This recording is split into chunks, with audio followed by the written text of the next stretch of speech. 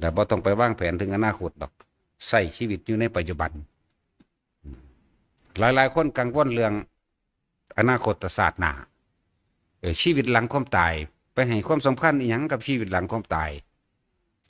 คือบ่ให้ความสำคัญปัจจุบันณขณะชีวิตที่มีชีวิตอยู่นี่เองเนาะ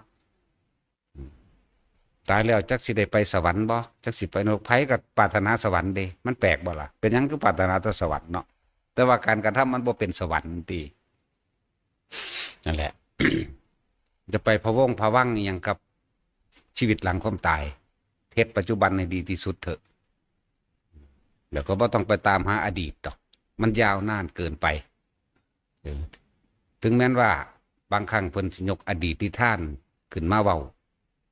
ธรรมบทอดีตที่ท่านธรรมบทต่างๆเป็นบทเป็นต้นเป็นตัวอย่างเป็นคติเป็นแนวสอนใจเตือนใจว่าทำบุญแบบนี้ไปสวรรค์ทำบาปแบบนี้ไปนรกจังซี่นะ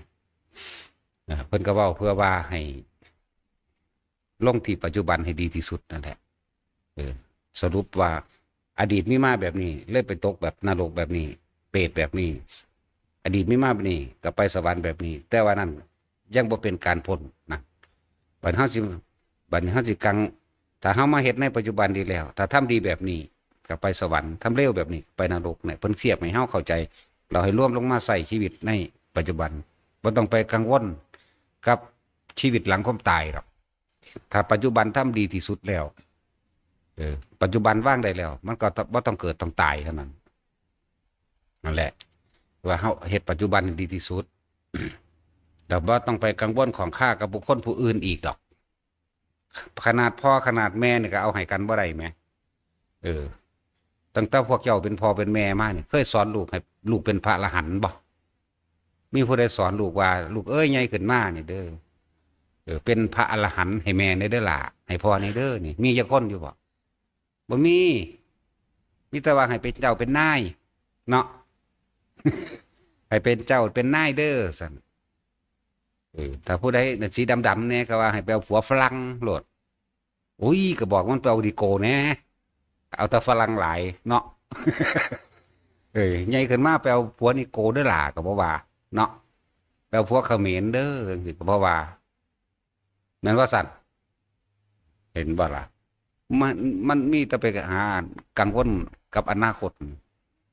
ให้เอาฝรั่งมันจังรวยวะเนาะจังสั่นดีเด้ล่ะเป็นเจ้าเป็นนายมันก็เป็นอยู่แล้ว พวกเจ้าที่เป็นขี้ขามัน จังว่าจะไป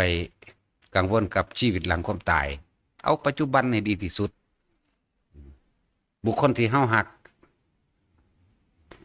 พ่อกับแม่ผัวกับเมียลูกหลานนี่แหละพวกเจ้าของจักบ่ว่านี่เป็นสายใยนี่แหละสายใยนี่แหละสายสัมพันธ์นี่แหละความอาลัยนี่แหละความอาวรณ์อันนี้แหละเหตุแห่งการเกิดมากที่สุดสัตว์ทั้งหลายเวียนว่ายแต่เกิดมากที่สุดเพราะความรักความอาลัยคือวางแผนอันยันเขาบ่รวยนั่นคิดปรุงแต่งไปได้บ่นี่คิดนึกไปให้เขาเป็นแบบนั้นเขาเป็นแบบวางแผนไป